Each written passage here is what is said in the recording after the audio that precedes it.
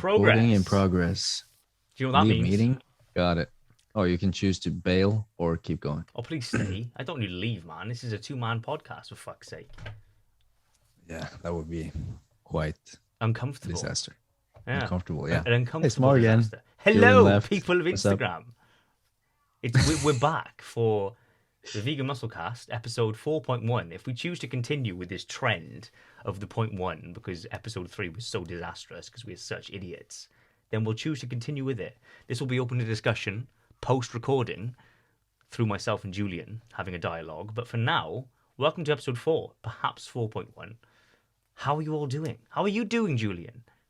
I'm doing fabulously. Just had a session, a workout session, some shopping, and talking to you. It's cool. It's the best time ever, right?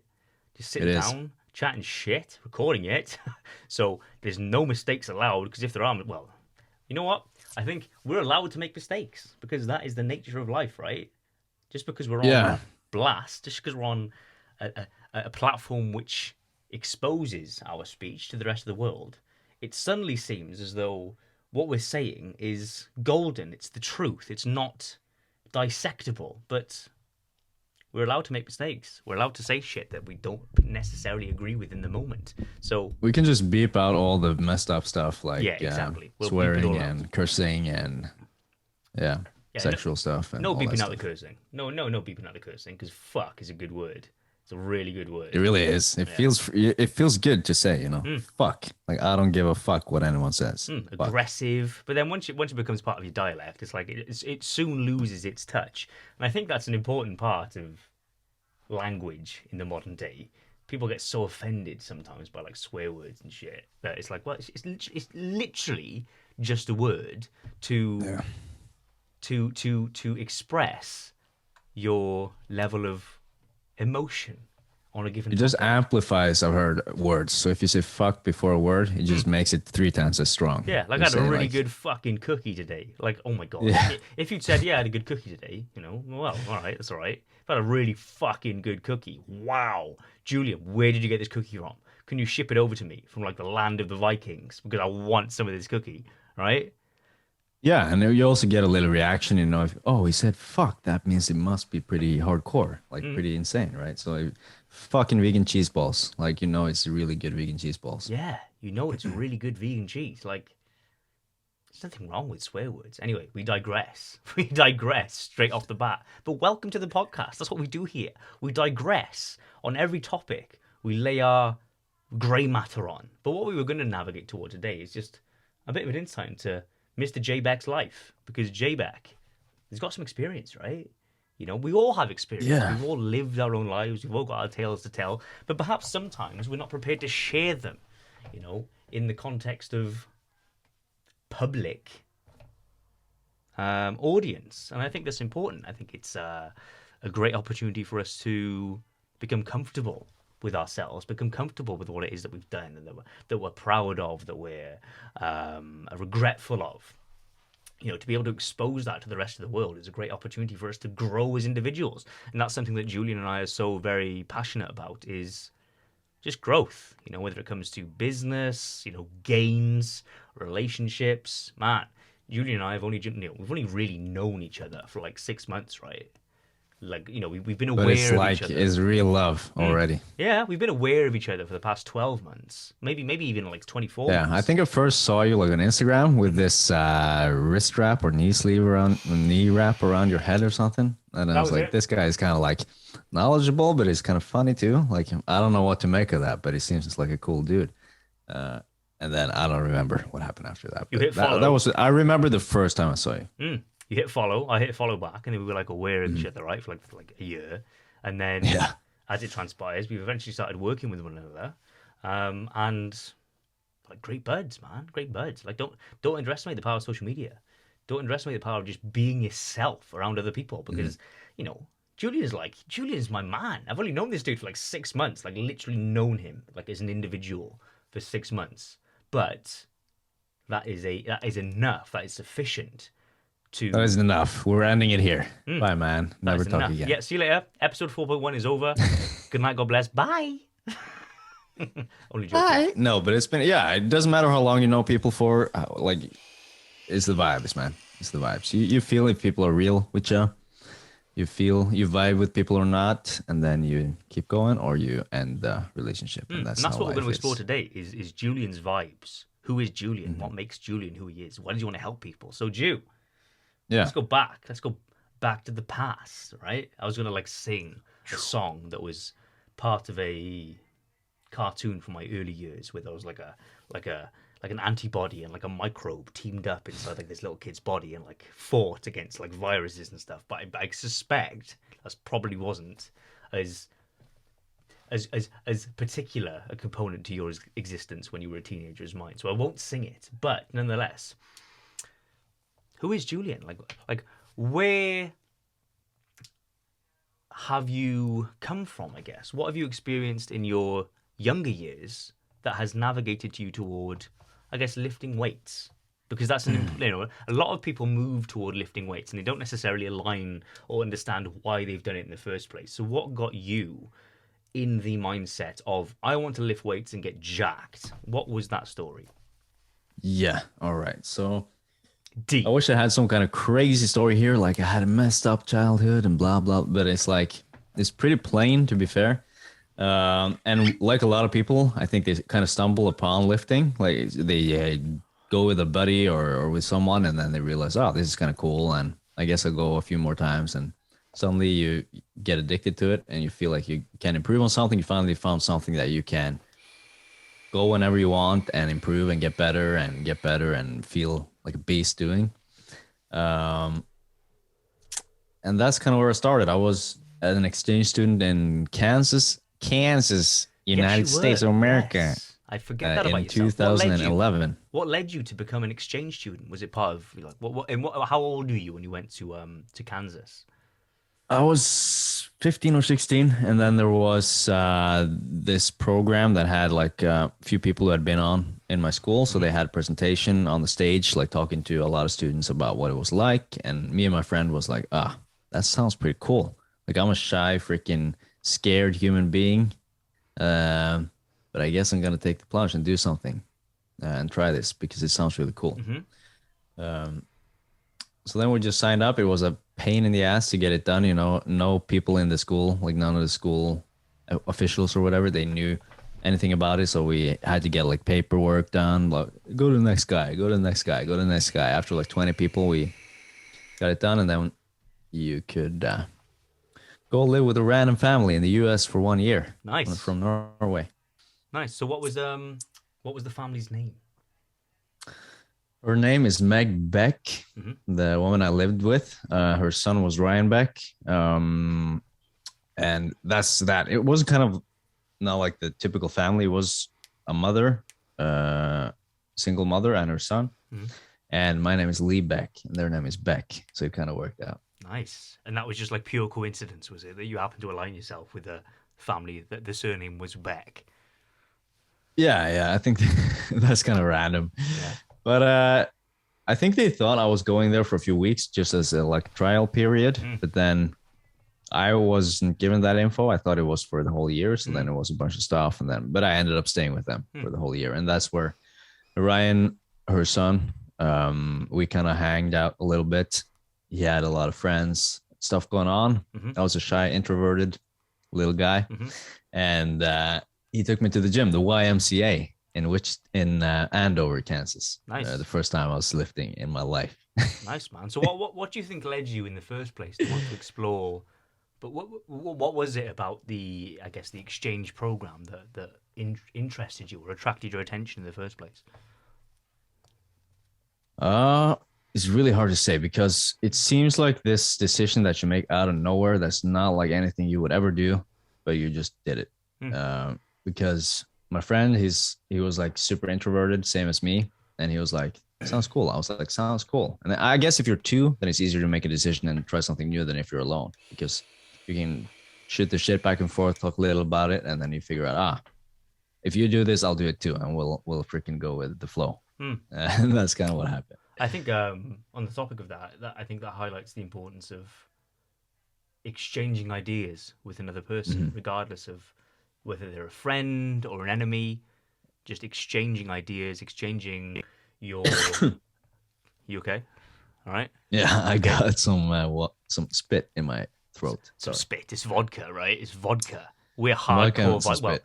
Julian's a hardcore Viking. I'm like a, like a. In episode 100, I'm gonna have a freaking sick beard. So Oh, wait you for it, will. man. I can see it coming already. So again, the idea of being able to exchange ideas with another individual, Yeah. within the context of growth, because I don't think you would have, you wouldn't have pursued this, I'm sure, if you didn't think it would have aligned or exposed yourself to some growth in some capacity, right? So, what do you think you could, what do you think it was in the moment that you could have achieved through exposing yourself to like an environment that is so different to what you were used to? What is it about that exploration that you thought, you know what, I'm going to give this a go? I think it's something we have within us, everyone. Like we have this. Like if you're I don't like to say the word loser that much, but if you know you're a loser, you know deep down, like I'm not doing shit. I'm not working on myself. I'm not going into situations that I feel are scary for me. Mm-hmm. And sometimes we know like if I do this thing, then maybe it will change something. Mm-hmm. So I think it's the same for a lot of people when they start something new, get into martial arts or lifting or something. They have this feeling that this is something I probably should do to like discover Mm-hmm. more about life. Mm. And I think I had this feeling. It felt adventurous. It felt new. It felt like a opportunity that came out of nowhere. Right when I was standing there and they were talking about it, it was like that. I guess it's now or never. This sounds really like something that could change my life for the better. Because I like as an introverted guy, I felt like I didn't have the experiences I needed to have to be a man. How old were you at this stage? 15, around there. 15. Cool. And at that moment, you feel as though I need something to, like, I guess, something to, I guess, like get me out of my comfort zone and do something. And how do you feel that manifested? How long did you spend in Kansas with the Becks? I was there for, I believe, 9 months. It was supposed to be 12, but some stuff happened. Technical difficulties always happen. Mm-hmm. Logistical difficulties, but it was a good time. I think looking back on it, it's not like you always notice the changes in your personality and your life right away. Maybe it takes a while, and after you're done with it, like a few years later, you look back and like, oh, actually I learned a lot of stuff and it changed a lot. So it's not like when you start lifting you get jacked all of a sudden. It's like 10 years down the road you think, it's good that I started 10 years ago, because even though it took a while to get really going, it kind of kickstarted something within myself.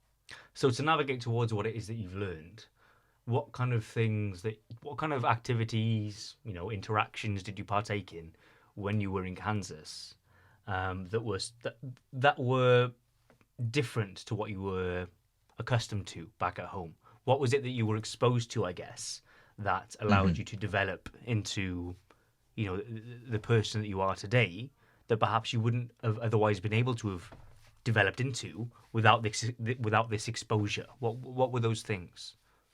Yeah, I guess a lot of things started over there. Like I started lifting. I started the first time I had alcohol was over there.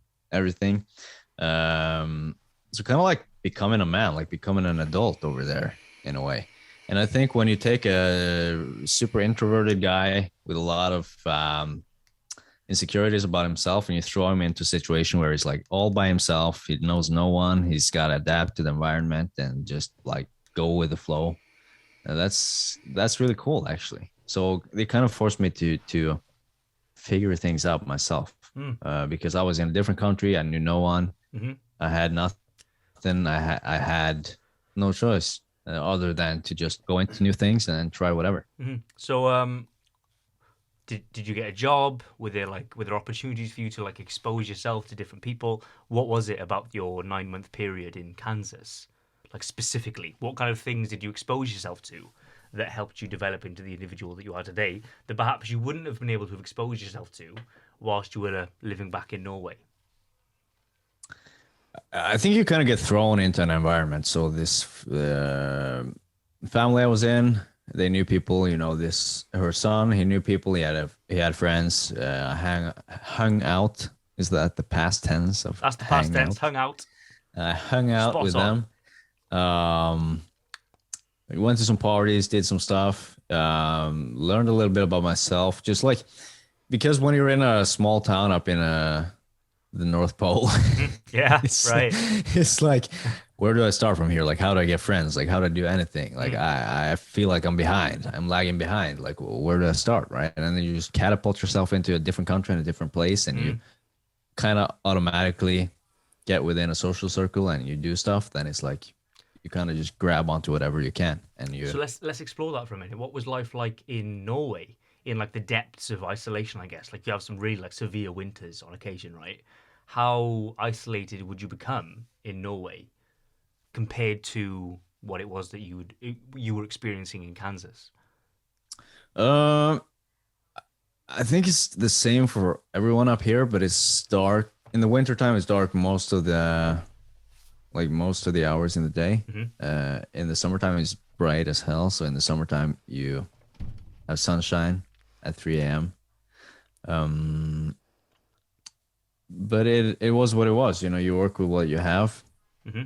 And what was the question? What was the social situation like? So with regards Yeah. to I guess social interactions in Norway, you know, in the depths of the mitigation of social interactions as a result of the winters or whatever it is that you were experiencing, what was it, you know, how did that compare to what you were going through in Kansas and what you were experiencing there? Was there more of an opportunity for you to explore social circumstances and communicate with other people? What were the differences between the social circumstances in Norway versus what it is that you were experiencing in Kansas? Yeah. So I guess I was this kind of guy who had a couple of friends, like, and they always, people change when you are friends with someone for a few years. You realize, oh, they were like this. I thought they were like this, but then they actually changed a bit. Hmm. Um, and I feel like I was pretty much the same all the time. I didn't really change or Hmm. try to be cool or try to fit it, like stomp on people to be better. But a lot of people did, and I felt like I lost those friends along the way. Hmm. So getting there, kind of experiencing what it was like with a different language, different people was really helpful. I also had this insecurity about my eyes, my lazy eye. I was like thinking about it 24/7, Hmm. freaking 200 times a day, every time passing a mirror, every time passing a window, every time talking to someone, every time sitting and looking at the teacher. Like, what the hell does my face look like right Hmm. now? Because it probably looks like shit. That was my thinking. Yeah. And that was probably a big part of why I was introverted. But I think I was also like already, but I think that amplified that. Hmm. And I think a lot of people have something similar. Some people have a hand and they have one finger, like a lump of a hand. Hmm. Some people have lazy eyes. Some people are missing a toe. Some people have cerebral palsy, right? That's Hmm. pretty common. There are a lot of things going on, so I freaking think it's good to not judge people before you know them. Yeah, And man. same in the gym, like don't judge what people are doing, even though it looks like weird to you. Don't judge it before you know like Hmm. the reason behind it or what's going on. Yeah, I mean, fuck me. I got bullied in school because I got a big head. It's like fuck. Like if you Mhm. look at my And I profile. never got. I know you got bullied. I never got bullied. I just like bullied myself within my Hmm. head. No Okay. one Okay. almost ever said anything, but it was just me like talking Hmm. shit to myself. Like, I look like shit. I'm ugly. Blah blah blah blah blah. So what was it about exposing yourself to a new environment that allowed you to overcome that kind of self-bullying, that self-doubt? What is it about the new environment in Kansas that helped you develop yourself into the person you are today? I think it was, I think we have this feeling within us or this conscience. So if we do something crazy, we do something remarkable, or we do something that's out of our comfort zone, we know like deep down, oh, I actually stood up for myself. I did something cool. Mm. And that creates self-confidence. And I think that's, I don't know, like thinking back right now, like why did I go there and do that? It's like, how the hell would a kid like that do that? Mm. I still don't know. It was No. just this feeling I had that it was cool Mm. and it was gonna lead to something. Mm. Mhm. Yeah, I guess you don't always need an answer for something, and I think Yeah. in circumstances like this, a lot of people will say, oh, perhaps it's the universe that's aligned me with this kind of pursuit, right? It depends how scientific you want to get versus like holistic or Yeah. like spirituality. Mm. I think both like things are cool, but there's a limit to each one. And that's the only reason I'm pursuing this so hard is because I think there's always going to be an explanation for one's pursuits, like regardless of whether or not you move to Yeah, Kansas. I felt like I could do more. Like there was more for me. Mm, That's what a lot of people probably feel too. mm, You know, with I still know, there's it never ends, but I knew like this stuff that's going on, like my life, my daily life right now, that's not how I want it to be. That's not I'm not happy with it. It's not enough for me. I don't care. It's fine. It's comfortable. You have your video games, you have mm, your mom making you dinner, you mm. have your friends. Some are really good friends, some are like Dicks. not really friends. They're Mm, like changing every mm, year. mm, And you want more for yourself, mm, and you have standards for yourself that like if I was flowing completely with my life and being 100% myself and confident and releasing my potential, this isn't it. So mm. like I got to do something. So the opportunity for you to break out of your own environment, and expose yourself to, I guess, other environments within the world, other tribes, right? If we break this down to as cellular a level as we possibly can, we have these tribal mindsets, right? Perhaps you weren't Mhm. aligning yourself with the tribe that you were currently occupied in. Yeah, I think I don't want to piss on people. Like I don't want to piss on like people who've been bullied like you and people who've gone through real shit. Piss on me. I don't But give a fuck. but not going through anything is actually also shit Mm, because you don't develop as a person. You grow up comfortably. You don't have any challenges. Your mom tells you it's fine. Your mom fucking decides everything for you. And then all of a sudden you're 15, mm, 16, 17, 18, and you're like a little baby still. And mm, it's like, how the fuck do I get chicks? How do I get muscle mass? How do mm, I become a man from here? mm, Because you were carried from since birth. mm. So that's not good either. Maybe No. it's better going through shit, you Mm. know? Was there a point of realization where you thought, I don't know, like I've been cared for my entire existence up until this point. Mm-hmm. Was there a Yeah. moment where you thought I need to expand beyond what it is that I currently have afforded to me? Was there a moment for that? I think there wasn't a moment. There were a ton of moments. There Hmm. were every single day, like for a long time. You knew you had potential for more, but you don't have the balls to back it up. And then all of a sudden, there comes a split point where you can choose two roads and you freaking say, fuck, this is the Mm. one I'm going to take now because I know I deserve better. So what? And I think it's the same for a lot of people when they start out with something new. It's not comfortable, but you have this feeling that this is gonna be the thing. Mm. So you had the opportunity to choose comfort versus mild distress and change of environment, which is always uncomfortable because fuck, we all love to just like go to bed and just like chuck Netflix on or YouTube, right, and not like do anything. It's very, very addictive that. So you chose the road then, I guess, that led to distress, that led to uncomfort, and led to.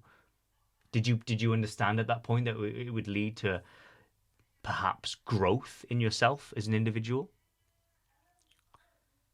I don't think I could dissect like the types of growth or Mm, how much or anything, but this little feeling that it was gonna mm, be better than doing the other mm. alternative. Cool. Yeah. Absolutely. I think, and like you said, there's always, I think perhaps there's not always going to be an occasion where we can absolutely put our finger on it without like, weeks of, divulging the situation within our own heads and those around us to explain what it is that led us to that decision in the first place. But regardless of that, if you've got an inkling, I think perhaps is the takeaway from this. If you've got an inkling that a opportunity that's been presented to you is perhaps uncomfortable, different from the norm, a retraction, I guess, of your homeostatic place in your own existence, but you're navigating towards it without any kind of like any sort of rational explanation, do you think you should lean towards it? It's a hard I mean, I Yeah, it's hard to say. You know, it Right? depends so much. Mm, But a lot of times we know. I think our intuition is really strong. Sometimes fuck yeah. we know well the risks might be high, pretty high, Hmm. but the wins I can gain from it are also super freaking high. Hmm. So if the risk is like pretty messed up, but the wins, that potential wins are like super amazing, then I would say go for it, man. Mm. Because I don't know. I hate being like, just do it, like motivation. Yeah, just do it. Yeah, motivation. It's like it can be too much sometimes. But I really believe in the fact that we have an intuition and we know if we're acting in accordance to how what we know is right and what we know can make us grow. And we got to go through shit, man. There's no going around it or like we can procrastinate, but in the end, if we want to get better, we gotta go through. Mm. And that's the I think that's a great takeaway from this is emotion will often lead you to a path that perhaps is not the best for your own pursuits because like you disclosed in the past kind of like 10-15 minutes of conversation, you were in a very comfortable point of life, Mhm. but something was pulling you somewhere, something that led you perhaps Yeah. to I got to move to another country. I got to move to another town for 12 months until it was reduced to 9. There's lots of distress which may come of that. But what have I got to lose, right? I'm like, Mhm. regardless of what age you are, whether you're like, how old were you at the time? 15, I think. Yeah, whether you're 15, whether Yeah. you're 40, whether it's an opportunity for you to move across the globe to encounter other societies, encounter other ways of living beyond what it is Mhm. that you're comfortable with, whether it be, 40, 50, 60 years old and you're just not happy with your life right now. Fuck me. Who wants to live Yeah, the rest of yeah. their existence where they're not happy? No. Yeah, and I think it's easy to stay the same. It's easy to stay comfortable. I was comfy. I can't lie. I was comfy as hell. Like I could play Skyrim. I don't know. Skyrim came out right after, I think, but similar games. Yeah. I could play the Elder Scrolls, freaking Battlefield, Bad Company 2, chill in my house, Mm-hmm. go to a friend's house, play video Mm-hmm. games, get served dinner every day. But I knew I had this feeling like this isn't enough. Mm-hmm. Like what the fuck? Mm-hmm. Like come on. I'm like turning a blind eye to everything that's scary, Mm. everything that can make you grow. You know. Mm. On the topic of eyes, let's talk about your eyes, because Let's go. that's been one of the perhaps the driving forces perhaps behind your decision to move elsewhere and experience other parts of life. Is your own interpretation of your, Yeah. I guess without wanting to brand it with a negative context, your a disability. Because what was it that you were experiencing with your eye at the time? Yeah. Okay. So it's really hard to explain because when you're in a certain situation, you don't know what it's like to not be in that situation. So if Hmm. you have a vision like me or eyes like me, you don't know what it's like to be normal. Or if you have one arm, you don't know what it's like to have two arms. Great It's point. kind of easy to tell because probably it will be the same, but twice as good, you know. Yeah, yeah.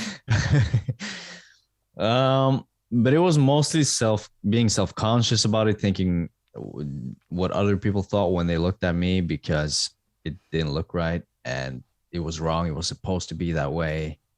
It wasn't pretty, all this stuff. So I think I was 12 years old when I had my first surgery. I had 3 surgeries Mm, just to like align them, make it look better. It wouldn't fix it, but it would make it like look pretty normal. mm, So it was actually a bit worse than now, mm. but it didn't improve as much as I hoped for. Um, Can you remember at what point you became conscious of it? uh, I don't know. Like if I'm gonna guess, I was probably like, right when you're done with childhood, you're 5 years, 6 years, 7 years old, getting into primary school. Mm, That was probably when I started thinking about it. Like, what the fuck's going on here? Like mm. something's like not like why? Like what's that? Yeah. And then it builds up probably since you're 6, 7, 8, 9, and all of a sudden you're like, I hate this shit. Mm, And then I think I asked my mom, like, what's this? Like, has this been since I was born? And like, what do I do about it? And mm, I guess she contacted some doctor in a nearby town. It was a bit of a bigger town with a bigger hospital, and they kind of could make some adjustments there mm. and had some XP with that. Was it comparison to other children at your age? Was it something? Um, Was it I along don't those know. I lines? think Yeah, I think you look at others and you see like, oh, they're a bit different than me. Like, well, Mm, what? Like, well, that's unfair. Like, hmm why? And then you feel sorry for yourself, and it doesn't help, But mm, anyway, that's how you feel. yeah, because Um, everyone else is like everyone else looks the same, right? Everyone else looks the same apart from you. And I imagine there yeah, was it's a kind of takes you away from everyone else, yeah, and then you feel like uncomfortable. but in the in the same vein as we both know now, individuality, whether it be in an eye condition, or the fact that we're vegan, or the fact Hmm. that we both have our own personalities, we both have our own independent outlooks on life. Like it's that very nature of existence, right? Which defines us as a person. So I think it'd be interesting to go back in time. I know this is a very kind of far fetched concept, but to go back in time with the understanding that you have now and be like, well, would I actually give a fuck? Like, would you? Hmm. Let's say like in an environment for now, for example, like if I were to go, I'm sure both of us, if we were to walk into a room and the rest of the individuals there were like savage carnivores, right? They go out and they just like hunt deers with like rifles. They bleed them dry. They suck the blood out of their fucking their heart. It's like we'd be there, right, and saying, why are you doing that? Like that's I from my perspective, from my moral perspective, that's incorrect. Hmm. I think if you, it's a, I guess, a sense of maturity, right, for you to be able to reflect upon and understand what it is that you are experiencing, whether it be physical, emotional, anything, and to Yeah, yeah. contrast that to the environment around you, and to be able to say, you know what, like I'm actually okay with this. I'm okay to stand up for myself, whether it be an eye condition, whether it be a moral perspective. I think maturity and a evolution of yourself as you've experienced through moving to Kansas and experiencing everything you have up until this point has allowed you to see that probably, I suspect, if you were to go back in time and say, with your own mindset right now and say, would I give a fuck? I suspect you probably wouldn't. Is that? Yeah, not as much. It degrades over time as you Mm-hmm, learn new stuff and mm, you become more grounded in yourself. mm-hmm, And I think it's much like having fitness clients. You think like, oh, are my clients happy? Like, what's going on? Like, yeah, my business, like my coaching, fitness, ooh. But for your clients is 1% of their day. Like, oh, did my coach message me or something? Like mm-hmm, for me, it's like I think about them much more than they think about me because mm, for me, it's my business, it's my livelihood, it's my life. For them, it's like, oh, my gains, my gym time. mm, So we blow it up out of proportion, and mm. that's why it's easy to get imposter syndrome. So it's the same Yeah. with like insecurities. When I look right now, like in the mirror, uh, like different mirrors when I'm walking, like in the fucking car windows, like people looking at me probably think about it for 1 second, like, oh, maybe like it's a little bit like that, but But for me, I think about like 100 times a day, Mm. and it's weird, Even It's now, not do as you? bad as you think most of the time. That's the point. So even now, do you think you've got like this deep residual subconscious manifestation of what it is that you went through at an early age with your condition? Is that something? Oh, it's still there for sure, but Mm, it's less there. It's like a rock, and it's like been pointy, and it's been spinning within mm, your head, and it's like been pointy and edgy and wrecking shit, and then it gets tear down, it gets more round and more soft. So it's still mm, spinning, it's still there, but it's like more mm. comfortable. So it You know gets what I it mean? gets eroded by your experience. It Yeah, gets eroded exactly. by other people's perceptions of you and your ability to say, like, I'm still the same guy, I just look different. I'm still the same guy, I just think different, right? Yeah, yeah, yeah. You learn how to accept things more and deal Mm. with them. And it's not Acceptance. like I'm like I totally accept it right now. I don't give one fuck. It's like 100% fine. I'm still not fine with it, but it's much easier to deal with than it used to be. Mate, I experienced the exact same thing. I was, Yeah. not to derail this, and it's the VMC show, but I very much have a very similar experience. I was bullied throughout high school. Mhm. I guess that's the term you'd probably use in Norway, right? Is it high school in your language there, or It's like videre go on this. So it's like going to the next level school. going to the next level? So when I was in the going to the next level school, like, well, bit of backstory. Like in primary school, there was like no, like people didn't care about the size of my head. Like, right, my head is quite, I think in the grand scheme of how long someone's head is, mine is probably moderately long, right? But you compare me to like, I don't know. Dude, I never thought about that one time Right? ever. Right? Isn't it Yeah. interesting how people can get so caught up on something in the context of hierarchy in primary and high school that it becomes the detriment of your existence? Anyway, whilst I was in primary school, I was like, in all of the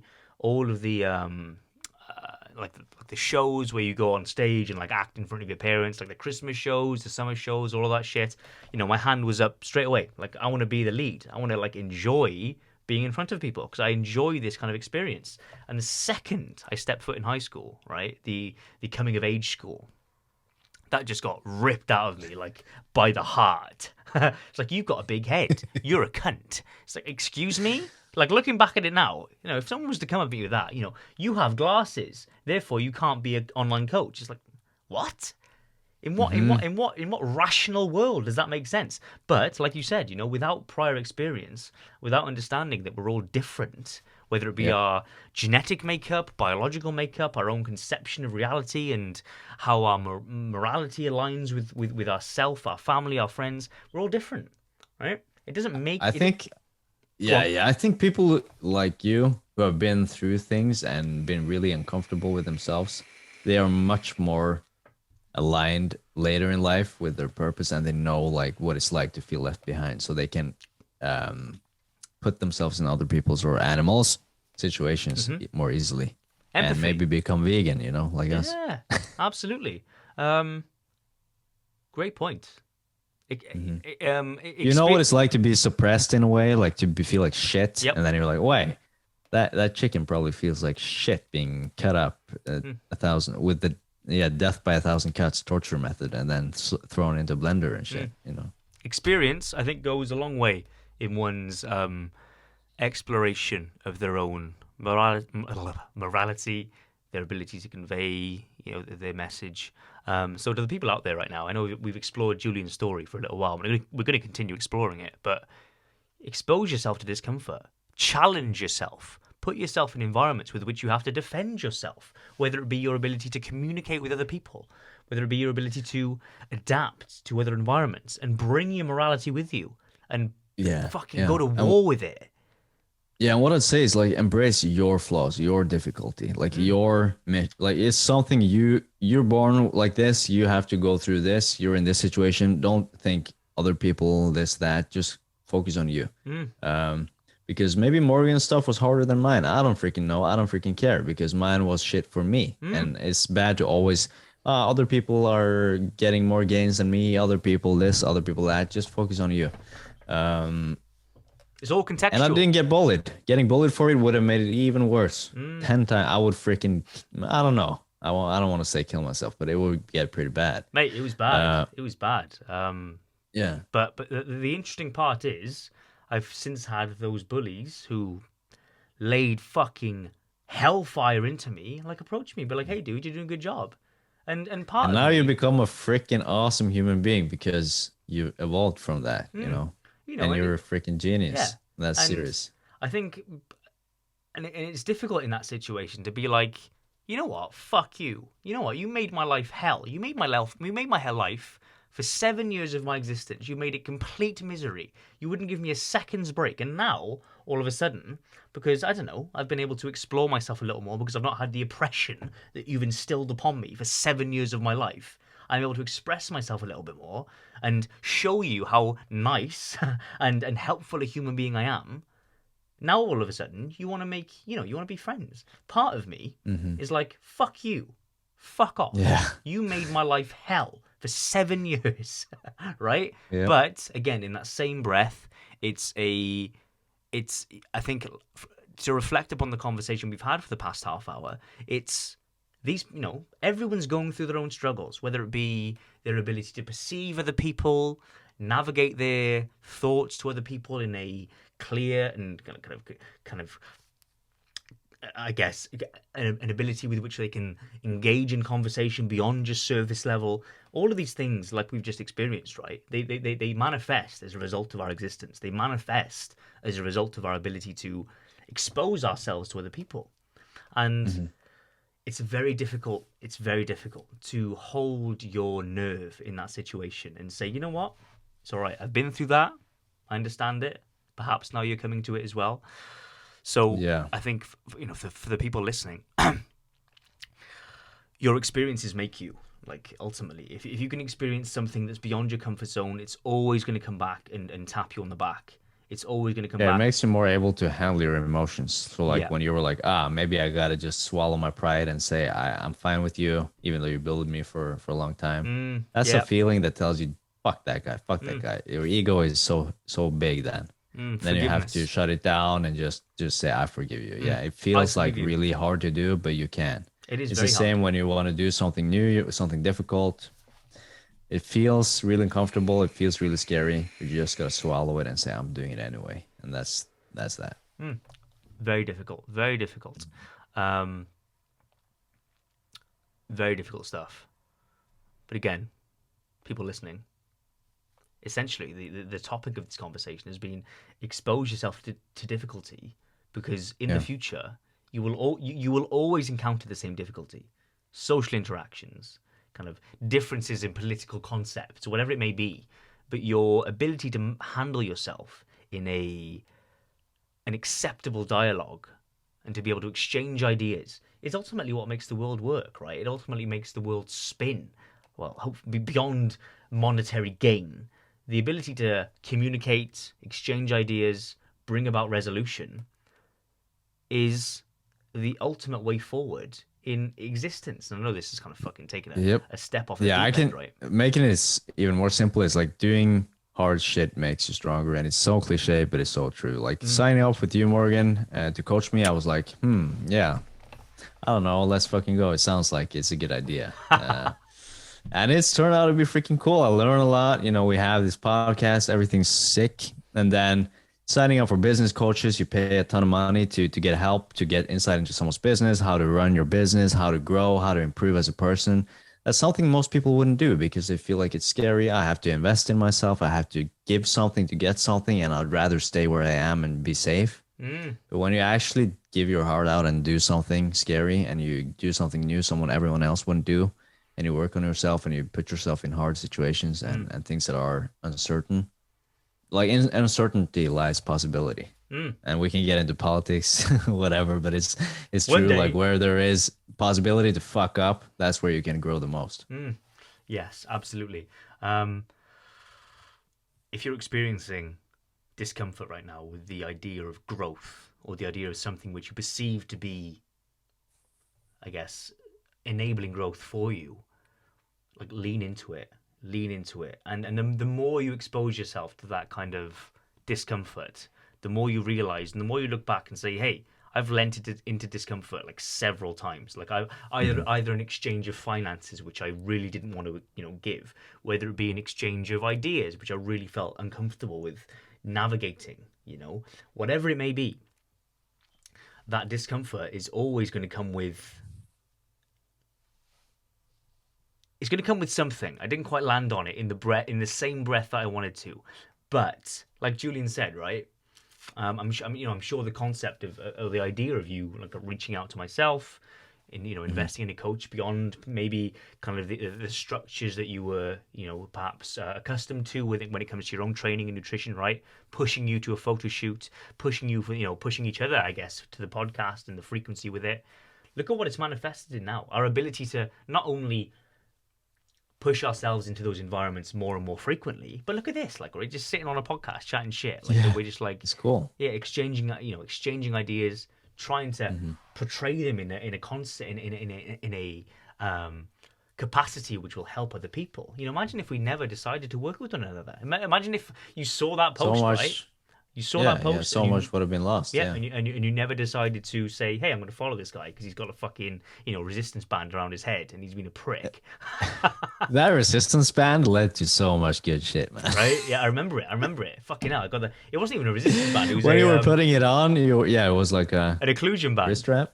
occlusion band, and when you were putting it on your head, you didn't know what the fuck that was gonna, what Nope. chain reaction that was gonna And make. hey, look at where we are. Look at where we are, right? If I never posted that post in the first place, I'd never know Julian. We'd never be having this conversation in the first place. We wouldn't be working with one another. Julian wouldn't have Yeah. come to Wales. I wouldn't have been able to experience Julian, in that fucking back garden of the Airbnb when kind of all hell broke loose. Right? Right? We had such a good It's time. so crazy. The smallest like points in life can bloom and become Yeah. the biggest things. Yeah. And it's kind of like David Date. I'm gonna sound like a smartass here. The Way of the Superior Man is a really good book by David Data, and he says, like you said, lean beyond your comfort zone, but lean slightly beyond your edge. So it doesn't mean like, I'm gonna be a retard today. And sorry, but I'm not trying to be offensive here. Don't apologize, for fuck's sake. It's Don't funny. be a freaking idiot, Yeah. but don't like, I'm gonna dive into the sea and drown myself today because it's uncomfortable. Like, it's not about that. It's about leaning slightly beyond your edge, leaning a bit further than you're comfortable with every single day, so that you can progressively overload your comfort zone every single day. Same as you go in the gym, you don't want to, but if I do more, then I get better. So I'm gonna do 200 sets this week and crush my fucking body. Chest day, leg day, back day. No, you do a bit more than last time, and then you get a little bit better, and then you do that every week, and then over time it compounds into something crazy. Yeah, you strategize it, right? I think again, not to dwell on the topic for too long now, but the you could easily perceive what we're saying right now as to be always leaning into discomfort. Right, I'm gonna find some dog feces in the street and rub it in my eyes. It's like, no, that will blind you. That's like the complete opposite. That's the deep end of discomfort. That is, I am blind now because of my own stupidity. You don't want to start rubbing dog shit in your eyes. You want to just like slightly lean into something that's a little bit uncomfortable. Like for myself and Julian right now, perhaps like moving a little more into the idea of building structures beyond what is just Instagram and social media, posting things all the time and hoping things come.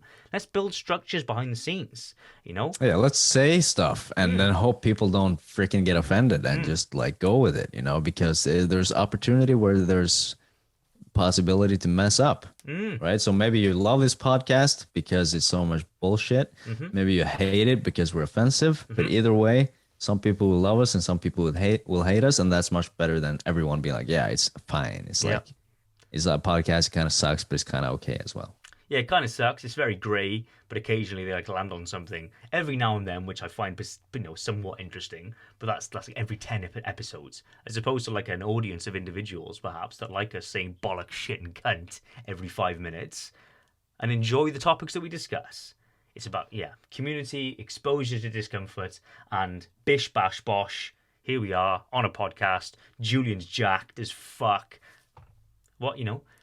Here's the story for all of you to experience the very nature of what it is that we've been discussing right now. Julian's gone through a very tumultuous time in his own head, in the first quarter of his existence, where he begins comparing himself to other people, not because of what people have said to him, but because of his own perceptions of what he is.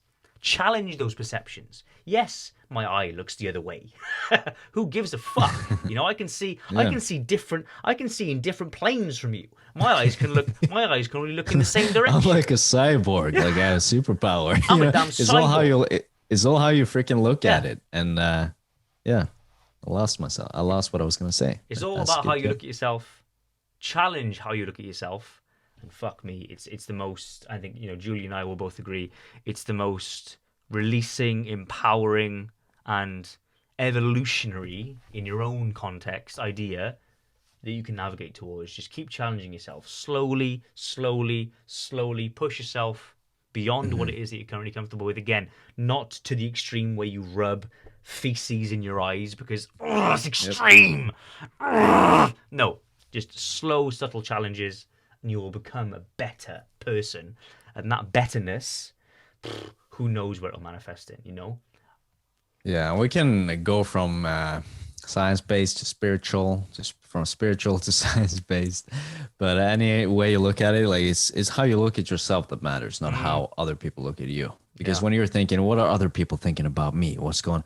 Then you could use some meditation, because that's just your head spinning around in circles, like thinking about everyone else. But when you calm your head down and you think, I don't give a shit, It's about what I think because I'm the main character in my own life, and it's fine to have an ego. It's fine to feel like I love myself. I'm cool. I'm doing this. Fuck everyone else, and that's fine. Provided you're not a sociopath or a psychopath, and Yeah, don't like step on people or tell people they have a lazy eye because they're gonna cry. I can tell you, like if someone told me, I would freaking almost cry. That's how bad it was. Like I was like so close to the border where I was comfortable with it that if someone said like, no one really did. I don't know why. Maybe they felt pity for me, or maybe they didn't notice all the time. But if someone said you're fucked up, man, I would fucking cry. Fuck I would me, go dude. out of classroom and start crying. You know what? If I went into fucking Barry Comprehensive School with a lazy eye, I would be like I had a big head, right? If I had an eye that looked in the way, God forbid the extent to which the torment would have been, distilled upon me. Christ alive! With that being said, I think I'm really glad that you didn't, that you've experienced the social interaction that you did as a youngster with your lazy eye that I didn't. Because fuck me, there are some nasty people in the world. There are some nasty, fucked up people.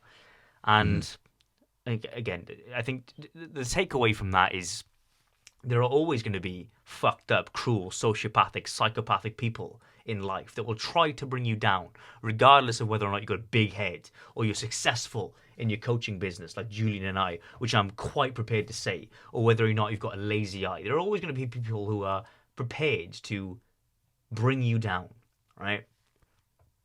Fuck those people. What kind of world does that lead to? What kind of world does that lead to whereby...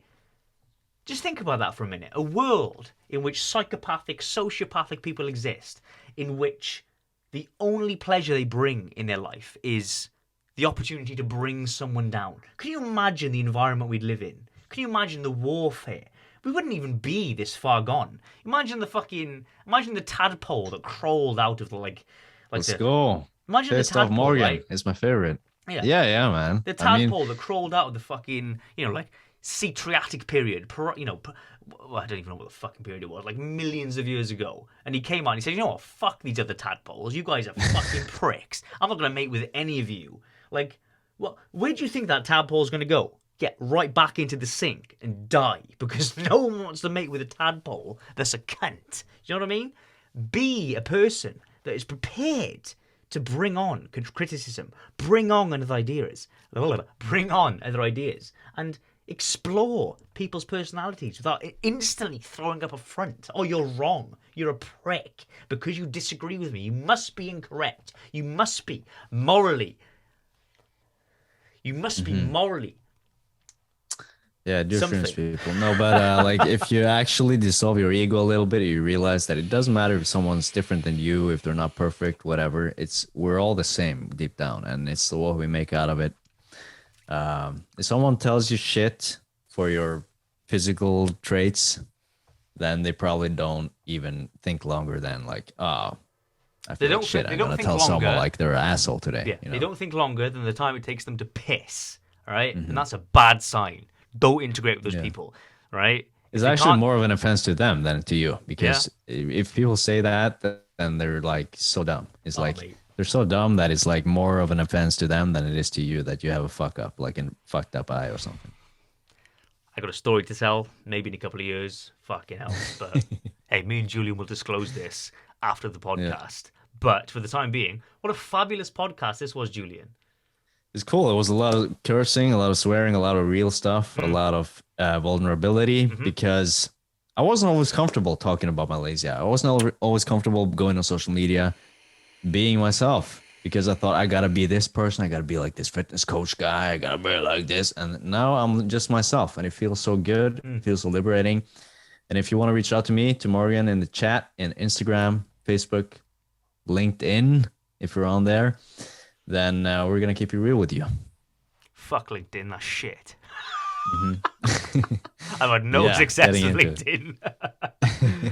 Anyway, guys, a different take on the podcast today, but I hope you appreciate it. An insight into Julian's life, an insight into what can make you a better human being.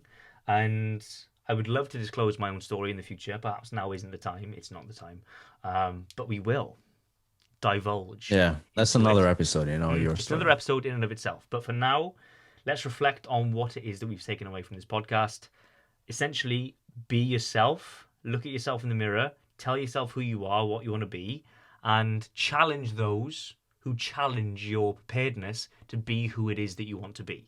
Because it is that preparedness within yourself to challenge their perspectives that will help you grow into an individual that you are proud of in like 30 years from now. Yeah, and by being yourself, it doesn't mean stay comfortable, stay safe, be the weak version of you. It means lean into your strengths, your struggles, accept everything you have, and build upon that, because it's sick, it's awesome. And if you're more fucked than someone else, then you can get stronger than someone else, because you will learn from it either way, And on that breath, I've been VMC. I've been JBack/HPP/Julian. Yes! And we will see you in episode 5.1. Lots of love. Good night. Fuck off. Keep it real, guys. Keep it real.